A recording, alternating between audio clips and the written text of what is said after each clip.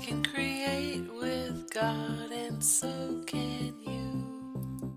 Hi friends, welcome back to the studio. I am Dawn Paul, your host for this video, and today I would like to talk about my painting Esther, Bold in Constraint. It is one of my favorite paintings I've done. It's based on Esther 7 verses 3 through 6, and basically Esther's whole story, if you know that in the Bible.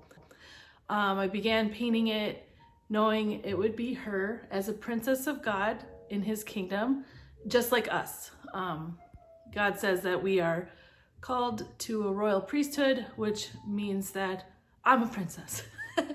And it's kind of funny because that's a phrase that's really stuck with me over the years. I even went so far as to send some fun party crowns to some of my Bible study friends a few times because it's so hard to remember that in this day and age. She was a princess in her own kingdom who saved her people through her boldness.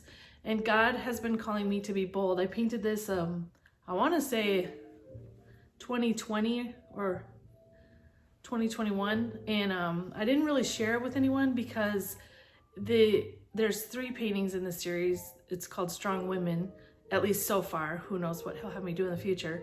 And I painted 3 in a row, and he was teaching me through all of them.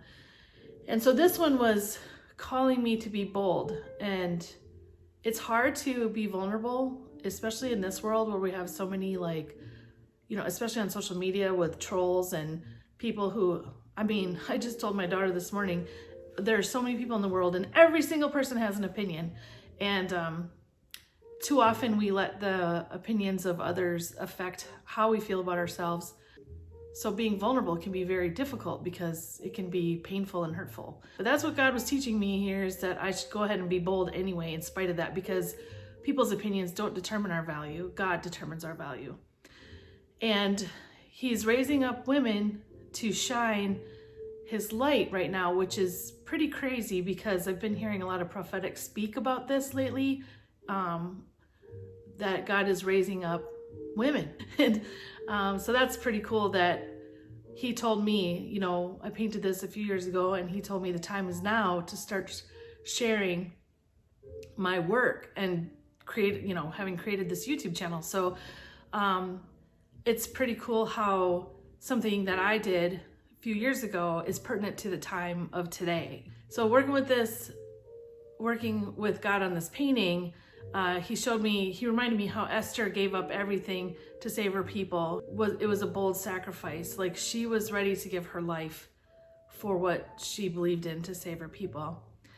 I chose periwinkle and blue and pink for royal colors and also for the feminine. And what was really interesting, when I started painting this, I did the background, and Holy Spirit brought the shape of her head out. I was painting with the Lord, but holy mackerel, that was pretty crazy. So he was painting too. And I continued to paint what he showed me, and he helped me.